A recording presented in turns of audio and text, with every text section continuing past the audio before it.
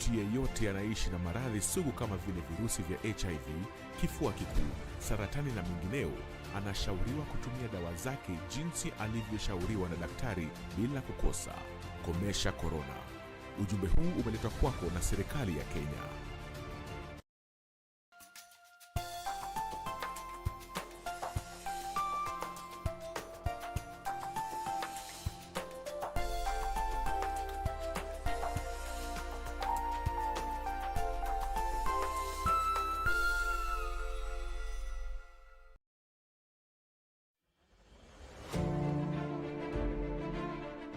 Coronavirus disease is now spreading within counties in Kenya, from person to person through contact with droplets when an infected person speaks, coughs or sneezes, or through touching contaminated surfaces and objects. Anybody with a weakened body immunity has a greater risk of contracting coronavirus disease. People living with pre-existing medical conditions such as HIV, cancer, TB, diabetes among others must adhere to their treatment to strengthen immunity and therefore should ensure they have a constant supply of necessary medicines. Contact your clinic or health facility for information on how to access treatment. Help others within your network to access adequate supply of essential medicines. Ensure that you remain connected with your local networks for any support and follow the medical guidelines provided by your health facility to prevent coronavirus. Remember to stay updated with information on coronavirus using only trusted reliable channels. For more information on COVID-19, call 719 or dial *719#. COVID-19 is preventable. Protect yourself, your family, and the community. This message has been brought to you by the Government of Kenya and its partners. Tonight on KBC Channel 1. Hello. Hamjambo? Nzuri sana. Kidogo park on risk please. Watoka wapi? Jirani yako mimi nakaa hapa phase 2 hapa. Wewe unasema waka mashambani. Mimi naishi hapa karibu phase 2. Hatukenda miayo na kusikia. Hata gari zangu zoshwa pale karibu hapa gari 4. Mwanangu mimi kazi yangu ni Kanda Warriors. Kanda Warriors. Wale Red Indian.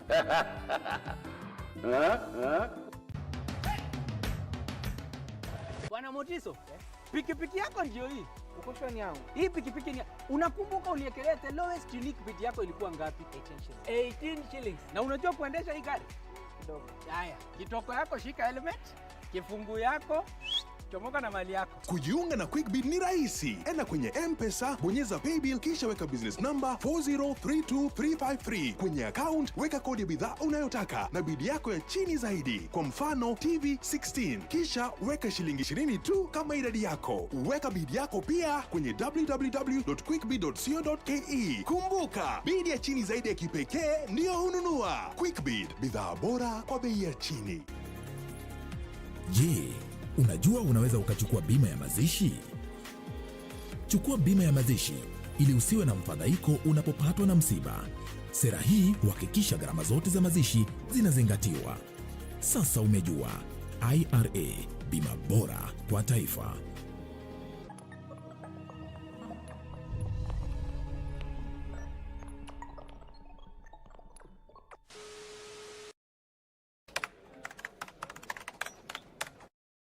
Kwangu mimi rangi ya samawati ni rangi nambari 1. Je, mtazamaji, kwako wewe ni nini haswa kilicho nambari 1?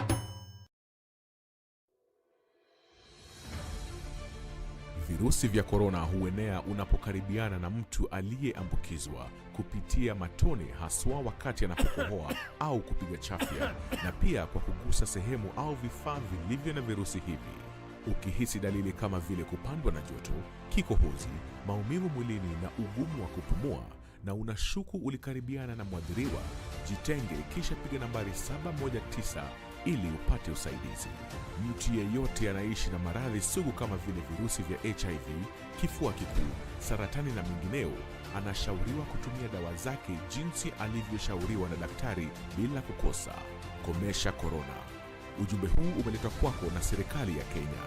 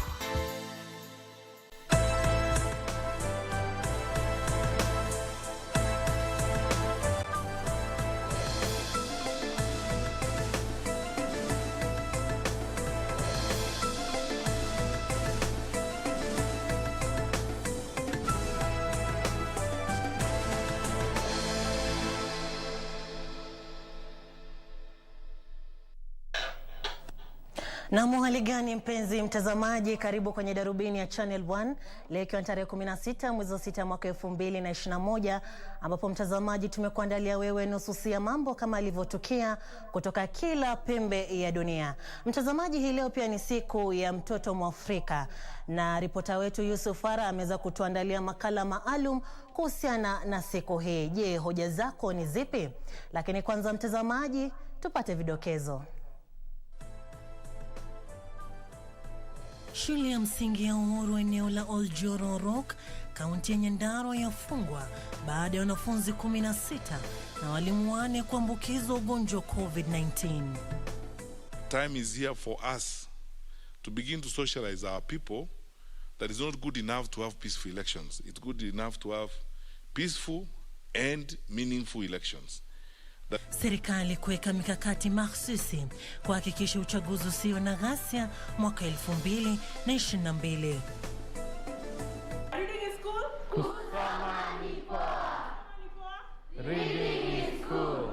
Na siku ya mtoto Mwafrika yaadhimishwa, bunge likitakiwa kupitisha mswada wa kulinda haki za watoto.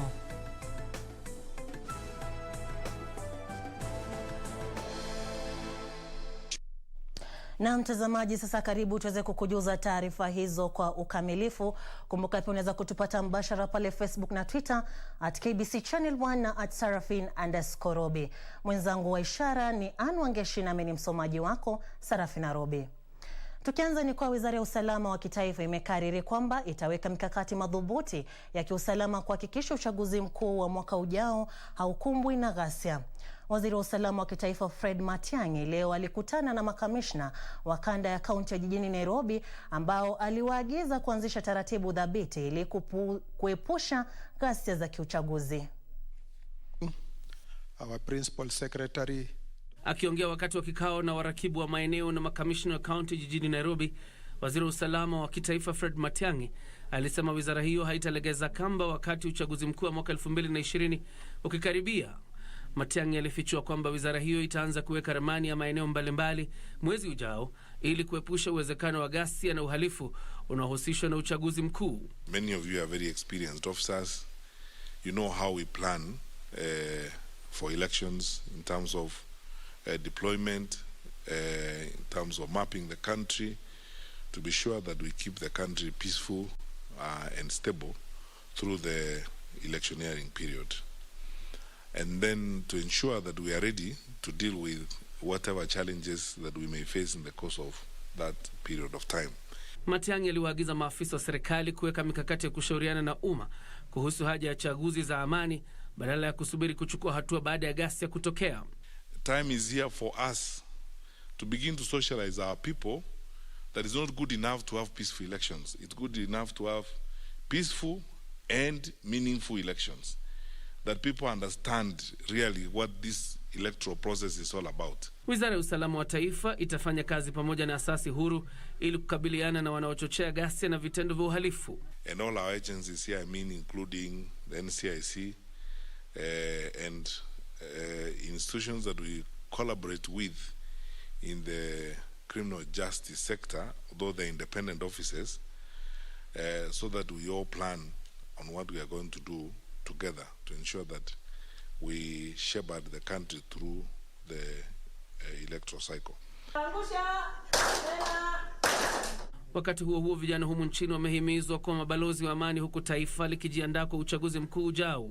Kwenye warsha iliyowaleta pamoja vijana kutoka magharibi ya nchi iliyoandaliwa mjini Kisumu, tume ya shirika la Umoja wa Mataifa linaloshughulikia elimu na sayansi iliwataka vijana kujiepusha na siasa za malumbano na badala yake kufuatilia masuala ya umuhimu kwa taifa. We reached out to our colleagues, the National Cohesion and Integration Commission, so that together we can bring youths of this country together at least for once in a year at a common venue, whereby then we can preach this gospel, the gospel of culture and heritage, the gospel of cohesion, peace and unity, the gospel of sustainable development. Why is it that when somebody wants a position of leadership in the country, usually they recruit the youth, and then the youth either in borders, they are given a few enabling instruments like money, go to such a place and disrupt the meeting and disorganize the people. And then I emerge as the guy that the people want, when actually it has been brought through beating people. Na mtazamaji, kama nilivyokujuza hapo awali, leo ni siku ya mtoto Mwafrika. Na waziri wa leba Simon Chelugui amelihimiza bunge la kitaifa kuharakisha upitishaji mswada wa marekebisho ya sheria kuhusu watoto wa mwaka 2021 kabla ya mwisho wa mwaka huu. Mswada huu unapendekeza kutekelezwa kwa haki za watoto na vile kushughulikia changamoto zinazotokana na mabadiliko ya kiuchumi katika jamii na mazingira ya kisiasa kwa watoto. Chelugui amesema kuwa marekebisho hayo pia yatawezesha utekelezaji wa ajenda ya mwaka 2040 inayohimiza kubuniwa kwa mazingira bora kwa ukuaji wa watoto na maendeleo. Kenya imeadhimisha siku ya mtoto wa Afrika, huku miito ikitolewa ya kuhakikisha kuwepo kwa mazingira salama ya ukuaji wa mtoto humo nchini. Waziri wa leba Simon Chelugui aliongoza maadhimisho hayo jijini Nairobi. Alisema Kenya inatafuta njia za kufanyia marekebisho sheria ili kuhakikisha haki za watoto zinalindwa zaidi. The Children's Bill 2021 is now before the National Assembly. This new law for children seeks to operationalize the provisions of the Constitution on the child rights, as well as to address challenges necessitated by the changes in social, economic, and political technological environments of our children. Chelugui anasema serikali itaendelea kuwalinda watoto dhidi ya athari za umaskini kwa kutenga pesa zaidi kwa mpango wa hazina ya kukimu maslahi ya jamii, ikiwa ni pamoja na kutoa msaada wa pesa kwa watoto kutoka familia maskini. 37.8 billion was allocated to social protection sector. Additionally, the government continues to support street families Rehabilitation Trust Fund to address the issues of street-connected families and children in our urban centers. Teresia Matheka alisema ofisi ya mkurugenzi wa mashtaka ya umma imezindua tovuti itakayotumiwa na umma kuripoti visa vya dhulma dhidi ya watoto. So many cases. We have a very serious case in Athi River. A child who was abducted and killed and has been subject of investigation and media follow-up. And yesterday, 4 suspects appeared in court. Others are still being pursued. This is something that is this abduction of children is becoming a serious society breakdown. People are using children to settle scores. I note with great concern the rise in the number of cases of violence against children. I call on members of the community to ensure that they speak on behalf of any child who is being abused or who is a victim of abuse. We note that the Directorate of Criminal Investigations have launched a portal where the public can report cases of child exploitation and abuse and encourage the public to use that platform. Wakati huo, mito ya kuhakikisha watoto wa Kenya wanapenda kusoma ilitolewa wakati wa maadhimisho hayo. Maelfu ya shule leo zilijaribu kuvunja rekodi ya dunia ya kusoma kitabu kimoja kutoka maeneo mbalimbali. Is important. So it's very important to have libraries in our schools.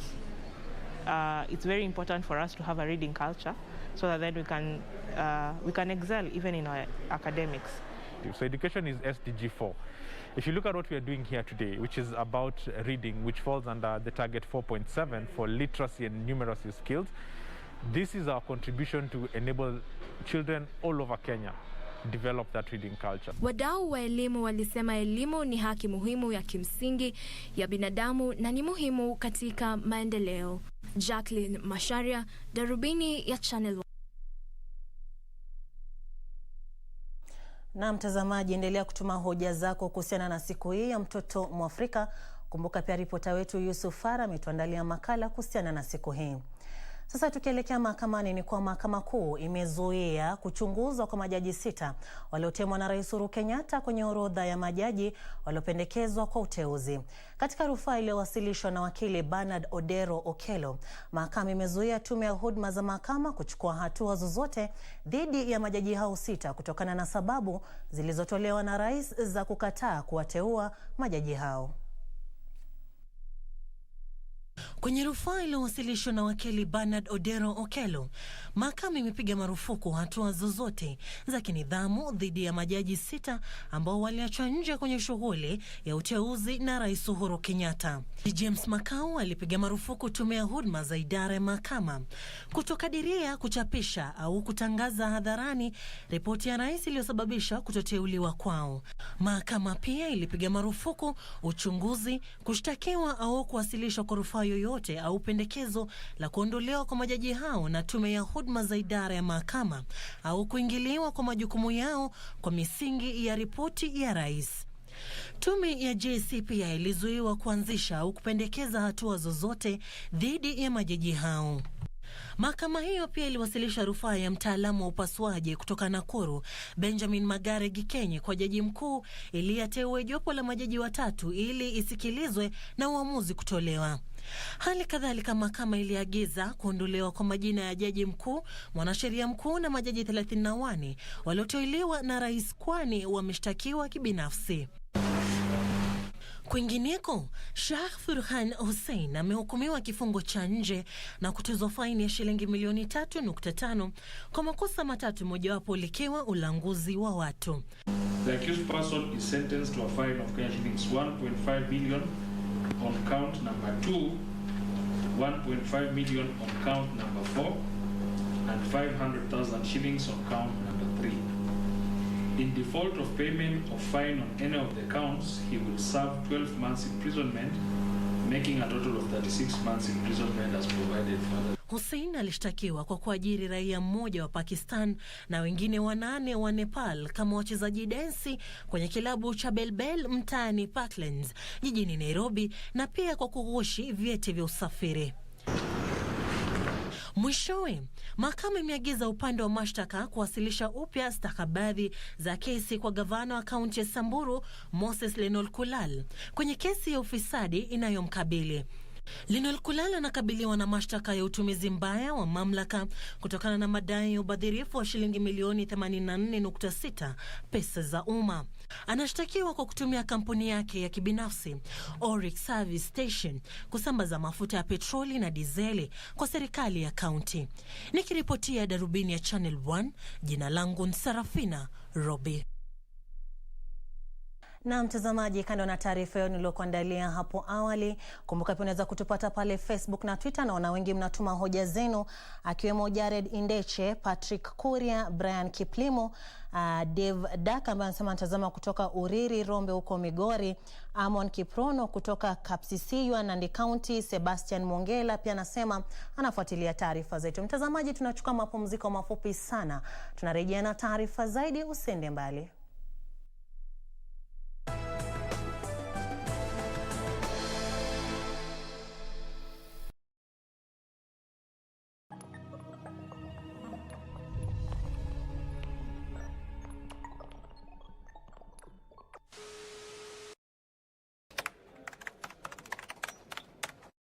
Timu nambari 1 ambayo naienzi zaidi ni Kariobangi Sharks. Swali ni je, mtazamaji, nini haswa nambari 1 kwako?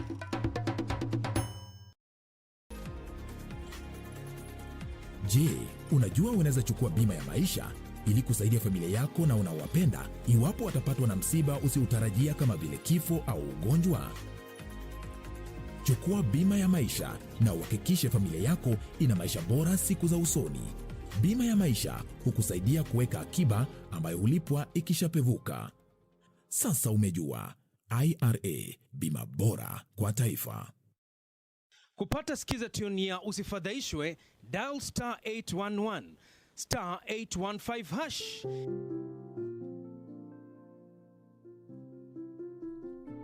Usifadhaishwe na mafanikio ya wengine ukihisi kwamba maisha yako hayana maana. Kumbuka, wengi huzungumzia tu mafanikio yao na si changamoto walizozipitia na ni mara ngapi walianguka. Tia bidii, muda wako utafika. Ili kupata skiza tune hiyo ya usifadhaishwe kwa simu yako, dial star 811 star 815 hash star 811 star 815. My name is Kondu Karevi, rally navigator. I've been rallying for about 14 years. To all those who can't make it out into the stages, KBC TV will have a live feed. They'll be able to bring you all your top drivers. You'll be able to see the action live, so keep it locked.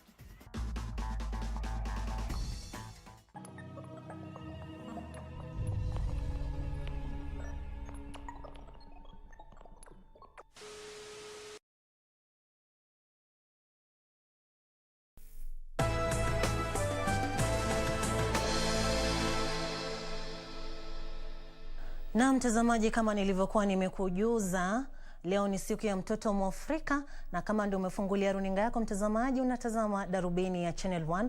Kumbuka unaweza kutupata pale Facebook na Twitter @KBC Channel 1 na @Sarafin_Robi. Tukiendelea, ni kwa leo ni siku ya kimataifa ya mtoto Mwafrika. Kauli mbiu ya mwaka huu ni kuimarisha juhudi za kuhakikisha bara Afrika lina mazingira bora kwa watoto. Swali tunalojiuliza ni je, jiji la Nairobi lina mazingira bora kwa watoto? Ripota wetu Yusuf Farah alitembelea barabara za jiji la Nairobi kutathmini hali hii na akatuandalia taarifa ifuatayo. Tulianza siku yetu kwenye kingo za mto Nairobi karibu na barabara ya Kirinyaga. Hapa ndipo wanapoita nyumbani.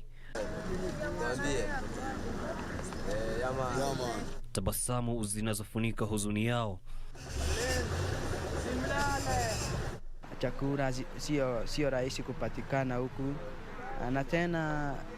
Na tena manguo kupata ni ngumu. Na sisi tunakibishwa huku usiku na makarao. Yaani kuumizwa, tunaumizwa tu sana. Hata jana mimi nimeumizwa hapo. Walinigonga kaniangusha, nilikuwa nalala hapo Tomboya. Wao pia ni binadamu wanaoathiriwa na mitazamo. Watu wa kawaida wanaogopa, wanasema mimi ni mwizi. Hata jana niliwekelewa nimeiba mataa ya gari, no mimi sijawahi iba. No nilikasirika sana. Angalia hizi mali zetu zote hapa, sisi tunarokota hapa maskrepa. Wanadhania kasi tunaiba, wanatupiga bure. Machozi yanawatiririka. Kibira, nilikuwa naishi na mamangu. Nilipata mamangu amekunywa pombe. Akachukua stove akawasha, akaweka kisu kwa moto. Alafu akanichoma. Masaibu yao. Watu tunapigwa na marungu za jembe. Zile marungu za jembe zile. Unapigwa na hujafanya makosa. Sasa hiyo mtu akipata pesa ni chakula. Unajua lazima fikirie chakula, vyatakula. Yaani vyatakula, unajua vyata maintain mwili yake. Sasa unaelewa. Sama mba maska huwezi. Na katika mtaa wa mabanda wa Kibra hali ni ile ile. Tunakosa mask. Food sometimes baba endi kazi. Sasa inabidi tu mama ende afulie mtu, akuje ndo anipe tukule kidogo yenye tunapata. Bora tupate kitu yenye tutakula. Hakika yapo mengi yanayohitajika kufanywa. The awareness is growing that we must do something, that we must offer to these children some more opportunity. Also, this needs a far-sighted policy on the side of the government. What are the root causes of this? It's our responsibility to ensure that we talk to them, try to ask them where they come from, and then take them to the nearest government administration office, a place that they can get helps. Lakini licha ya changamoto hizo, watoto hawa hawajakufa moyo. Nataka niendeshe ndege juu. Kusoma, naweza kuwa mtu wa wedding, ujomelea. Ni bayana kwamba kuna hatua kubwa ambazo zimepigwa ili kuboresha maisha ya watoto wanaorandaranda humu nchini, na huku Kenya ikiungana na nchi zingine kote duniani kuadhimisha siku ya mtoto wa Afrika. Watoto wana matumaini kwamba serikali itawapa sikio na kuboresha maisha yao ya usoni. Yusuf Farah, Darubini ya Channel 1 kutoka mtaa wa Kibera, Nairobi.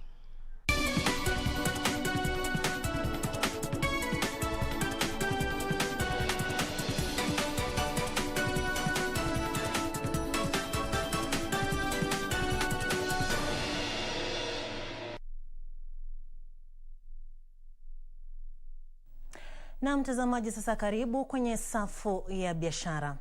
Wizara ya Nyumba kwa ushirikiano na serikali ya kaunti ya Nairobi imezindua mradi wa ujenzi wa nyumba 60,000 za makazi katika jiji la Nairobi. Chini ya mradi huo, nyumba za gharama nafuu zinatarajiwa kujengwa katika mitaa ya Bahati, Jericho, Kariobangi North na Maringo miongoni mwa mitaa mingine. Katibu katika Wizara ya Nyumba Charles Hinga amesema kuwa ingawa serikali imepiga hatua kubwa kufanikisha ajenda ya ujenzi wa nyumba za gharama nafuu, yapo mengi yanayohitajika kufanywa ili kukabiliana na uhaba wa nyumba za makazi. Huku ikisalia miezi 14 kwa Rais Uhuru Kenyatta kukamilisha mihula yake miwili ya uongozi, maswali yamesalia ya ikiwa serikali itafaulu kutimiza lengo lake la utoaji makazi ya gharama nafuu, ambalo ni mojawapo ya ajenda 4 kuu za maendeleo. Serikali iliwaahidi wa Kenya kwamba ingejenga nyumba za makazi 1500 katika muda wa miaka 5, lakini ni nyumba 1370 pekee ambazo zimekamilishwa katika mtaa wa Ngara jijini Nairobi na kuuzwa kwa umma kufikia sasa. Nyumba zingine 1580 za kati ya chumba kimoja na vyumba vitatu zinaendelea kujengwa katika mtaa wa Pangani na zinatarajiwa kukamilika ifikiapo mwezi Disemba mwaka huu. Tenant purchase schemes have been proposed to enhance affordability, especially for the sitting tenants, who will be given the first priority. Other beneficiaries will own through mortgage schemes. Kati ya nyumba hizo, nyumba 952 zinalenga watu wa mapato ya chini na ya kadri na zitauzwa kwa kati ya shilingi milioni 1 na milioni 3. Miradi sawa inaendelea katika mitaa ya Jivanji, Suna, Ngong Road na Uhuru, ambapo serikali inapania kujenga nyumba 14,000 na vibanda 3,000 vya biashara. Two types of schemes. There is government schemes, which is like Park Road, Pangani, Jivanji, Bachelors and so on and so forth. But the delivery is also happening on private properties where we are partnering with them and we are giving them incentives. So as I've said, we've got about 186,000 units, over 10,000 projects that are under construction and some of them are completed. Katibu wa Nyumba Charles Hinga amesema licha changamoto, wizara hiyo imeweka misingi thabiti kuhakikisha miradi hiyo inaendelea hata baada ya mwaka ujao. A solid foundation for affordable housing even beyond next year, so that affordable housing housing is no longer going to be a conversation for the top 2% of the country. A journalist, a boda rider, mama mboga, a juakali artisan are proud new homeowners. Wizara ya Nyumba kwa ushirikiano na halmashauri ya ustawi wa jiji la Nairobi pia imeanzisha mradi wa muda mrefu wa ujenzi wa nyumba za makazi 60,000 jijini Nairobi. Mradi huo unalenga kuboresha nyumba za makazi katika mitaa ya Bahati, Jericho, Kariobangi North, Maringo na kwingineko. Hinga alitoa wito kwa serikali za kaunti kuharakisha utaratibu wa utoaji idhini ili kufanikisha mpango wa utoaji nyumba za gharama nafuu kwa Wakenya magatuzini.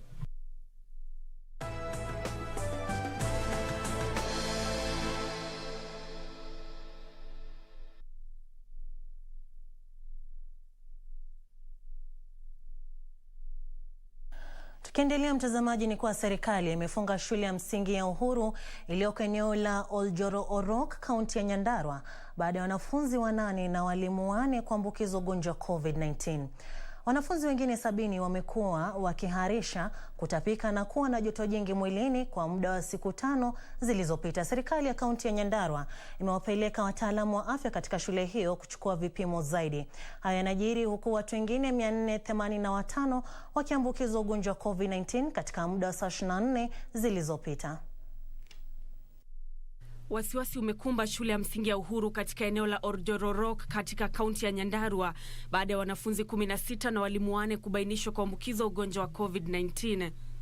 Wanafunzi wengine 70 wamekuwa wakionyesha dalili za kuhara, kutapika na kuwa na joto jingi mwilini. Hali hiyo imesababisha kufungwa kwa shule hiyo kwa angalau siku 2, kutoa fursa kwa maafisa wa afya kufanya uchunguzi na kutathmini hali ilivyo. Serikali ya kaunti ya Nyandarua imesema iko katika hali ya tahadhari na kuwarai wakuu wa shule kutekeleza kikamilifu masharti ya kudhibiti msambao wa COVID-19. Haya yanawadia wakati taifa hili likinakili visa vipya 485 vya maambukizi ya COVID-19 katika muda wa saa 24 zilizopita.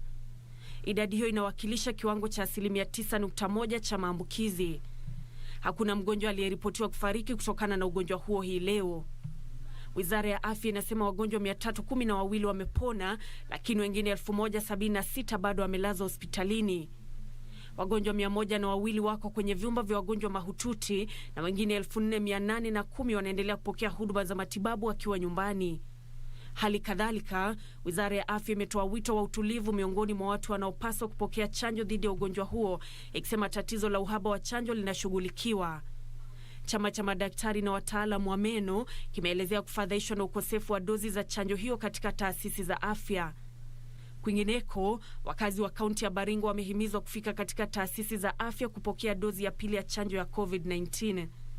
Afisa mkuu wa afya katika kaunti hiyo, Daktari Richard Rotich, amesema watu wachache mno wamejitokeza kupokea chanjo kufikia sasa. The second dose is due.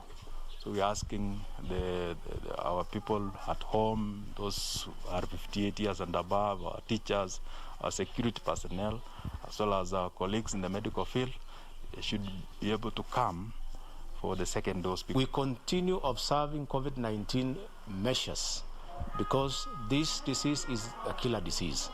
You've heard from so many counties around us that the disease is coming in its big measure, it's claiming lives. I want us to take care of ourselves. Kufikia sasa, dozi milioni 1,155,745 za chanjo dhidi ya COVID-19 zimetolewa humu nchini.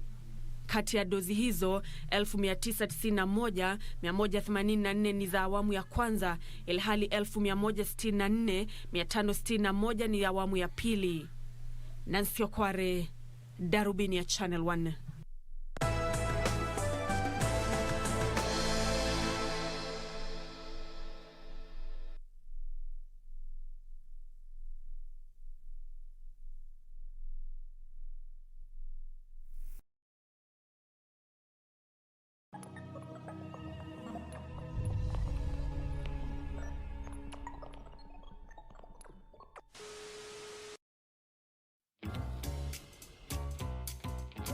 Tuingia huko. Bwana Motiso, pikipiki yako ndio hii. Uko shwani yangu. Hii pikipiki ni unakumbuka uliekelea the lowest unique bid yako ilikuwa ngapi? 18 shillings. Na unajua kuendesha hii gari? Kidogo. Haya, kitoko yako shika helmet, kifungu yako chomoka na mali yako. Kujiunga na QuickBid ni rahisi. Enda kwenye M-Pesa, bonyeza paybill kisha weka business number 4032353. Kwenye account weka kodi ya bidhaa unayotaka na bid yako ya chini zaidi. Kwa mfano TV 16. Kisha weka shilingi 20 tu kama idadi yako. Weka bid yako pia kwenye www.quickbid.co.ke. Kumbuka, bid ya chini zaidi ya kipekee ndio hununua. QuickBid, bidhaa bora kwa bei ya chini. Every time I'm in front of the camera, I remember my culture. After all, story ni yetu. Kama unadai drama origi, telenovelas na sports, get your GoTV decoder na 1-month GoTV Plus for 1,299 bob. Download my GoTV app kumanage account yako on the go, ama dial *423# kusubscribe, kupay, kureconnect, kuupgrade ama kuclear errors. GoTV, love it. If you have been in contact with someone who is suspected or has tested positive for COVID-19, self-quarantine for 14 days and call 7194 for help. Self-quarantine restricts movements and the spread of the disease and protects your family, friends and community from being infected.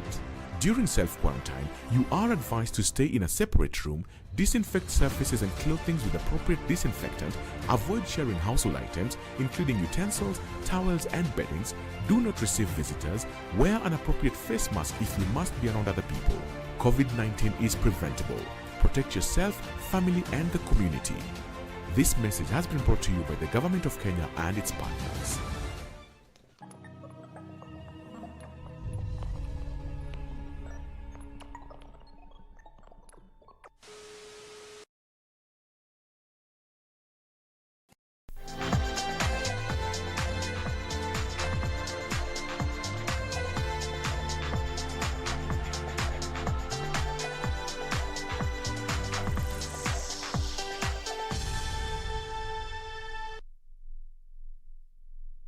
Na mtazamaji, sasa tuelekee viwanjani ambapo kampuni ya Safaricom imetangaza udhamini wa shilingi milioni 17.5 katika mashindano ya Safari Rally, huku mashindano haya yakirejea kwenye msururu wa mashindano ya magari humo nchini kwa mara ya kwanza baada ya miaka 19. Madereva 58 miongoni mwao wa Kenya 34 watashiriki mashindano hayo yatakayong'oa nanga tarehe 24 hadi 27 mwezi huu.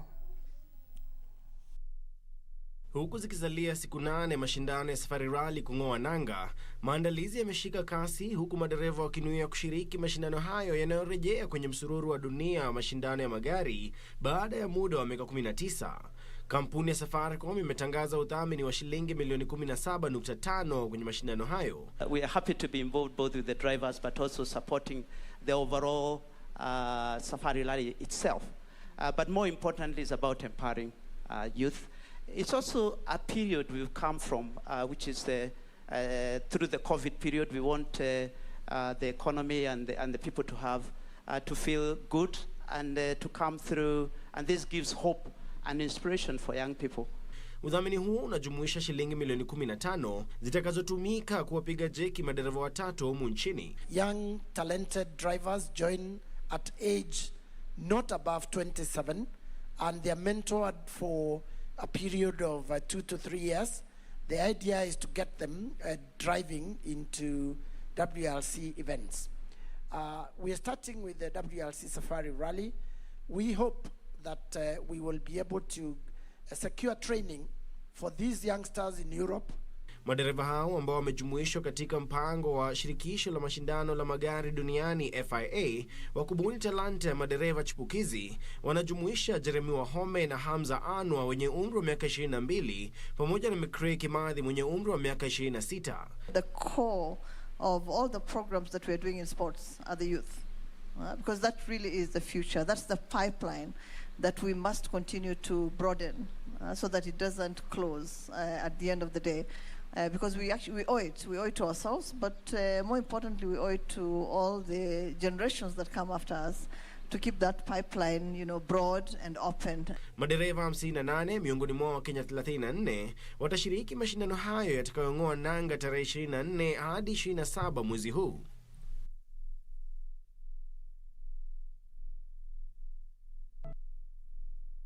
Na mtazamaji, kumbuka utakuwa unapata mashindano hayo mbashara hapa nyumbani KBC.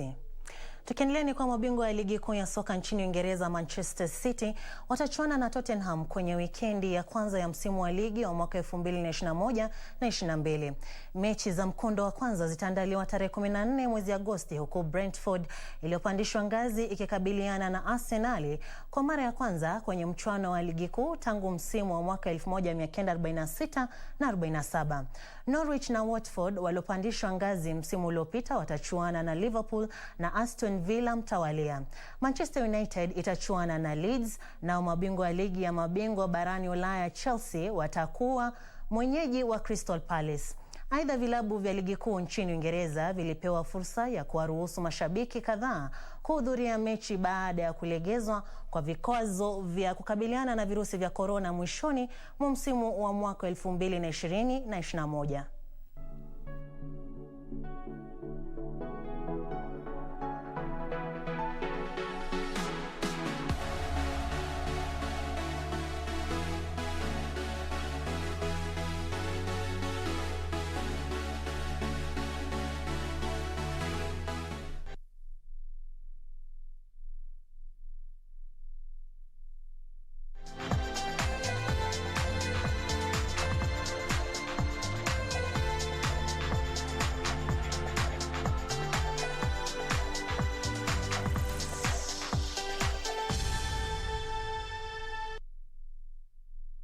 Na mtazamaji, kufikia hapo hatuna la ziada. Shukran za dhati kwa kutazama Darubini ya Channel 1 hii leo. Kwa wote waliofuatilia taarifa zetu akiwemo Frederick Akunava, Boniface Liwa, Daniel Ogola, Geoffrey Arap Toror, ambapo mtazamaji lilikuwa siku ya mtoto Mwafrika. Anasema alikuwa akitazama kutoka idara ya watoto. Hapo anasema mtoto Mwafrika apate haki zake za elimu bora, mazingira safi na vile vile afya nzuri. Wengine ni Mika Simiu, Karanja Nyambura, Peter Onesmus, James Birundi, Cosmas Mkenya, Lemi Katana, James Birundu na Mutai Hillary, na wengi tu hadi pale Twitter walikuwa kifuatilia, akiwemo Festus Mutua kutoka Nyahururu, Derek Matoke ambaye anasema pia alikuwa akifuatilia. Mtazamaji, pia utakuwa unazipata taarifa zetu itimi hapo mida ya saa 3. Mwenzangu wa ishara amekuwa ni Anwangeshi, na mimi nimekuwa ni msomaji wako Sarafina Robi. Kuwa na usiku mwanana.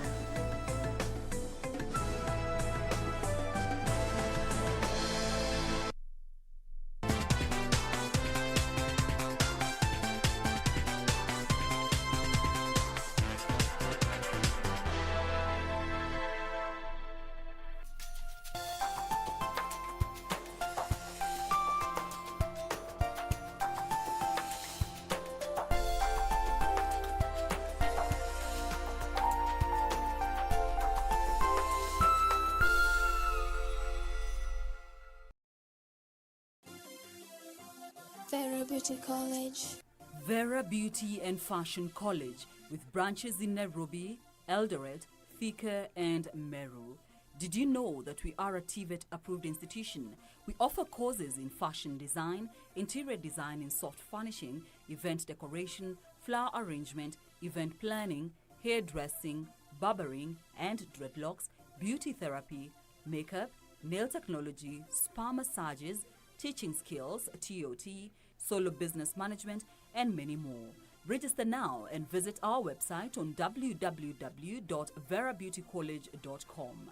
You can also call on 0725 923 550 Nairobi branch, 0728 087 689 Eldoret branch, 0722 22 7428 Thika branch, 0725 000 706 Meru branch. Vera Beauty and Fashion College, a TVET approved institution.